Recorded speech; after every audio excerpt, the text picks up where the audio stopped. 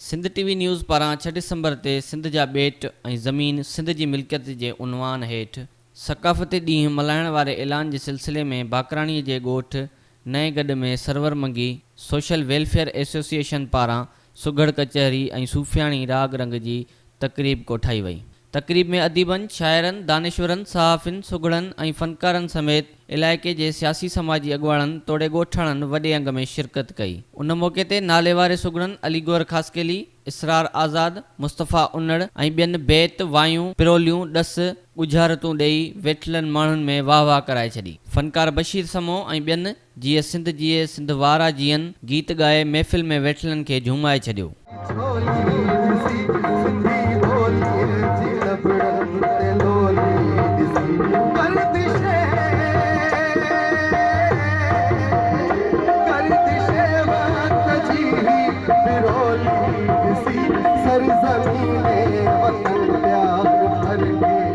उन मौक़े ते इम्तियाज़ अली बुघे, नसीर मीराणी, इंजीनियर महताब तुने ऐं ॿियनि चयो त टोपी अजरख पटको सिंध जी सुञाणप आहे। सिंध जी सक़ाफ़त उजागर करणु सभिनी जो फ़र्ज़ु आहे ऐं क़ौमूं सक़ाफ़त जे करे सुञातियूं वेंदियूं आहिनि। हुननि चयो त सिंधी क़ौम जी बि पंहिंजी हज़ारे साल पुराणी सक़ाफ़त आहे।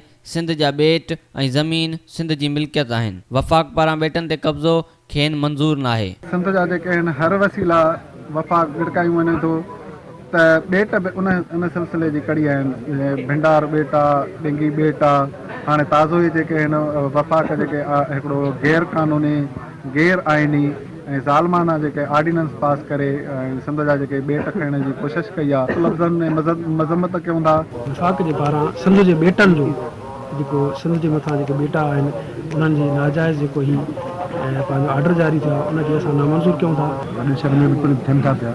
हिन सां इहो थिए थो त असांजो कल्चरल ज़िंदा रहे थो, उन सां गॾु असांजी नई नस्ल जेका अचे थी पई उन्हनि खे बि हिकिड़ो मोटिवेशन मिले थो। सिंध टीवी नेटवर्क पारां सक़ाफ़ती ॾियारो सिंध जा ॿेट ऐं ज़मीन सिंध जी मिल्कियत जे सिरे हेठि मल्हाइणु हिकु बहितरीनु अमल आहे।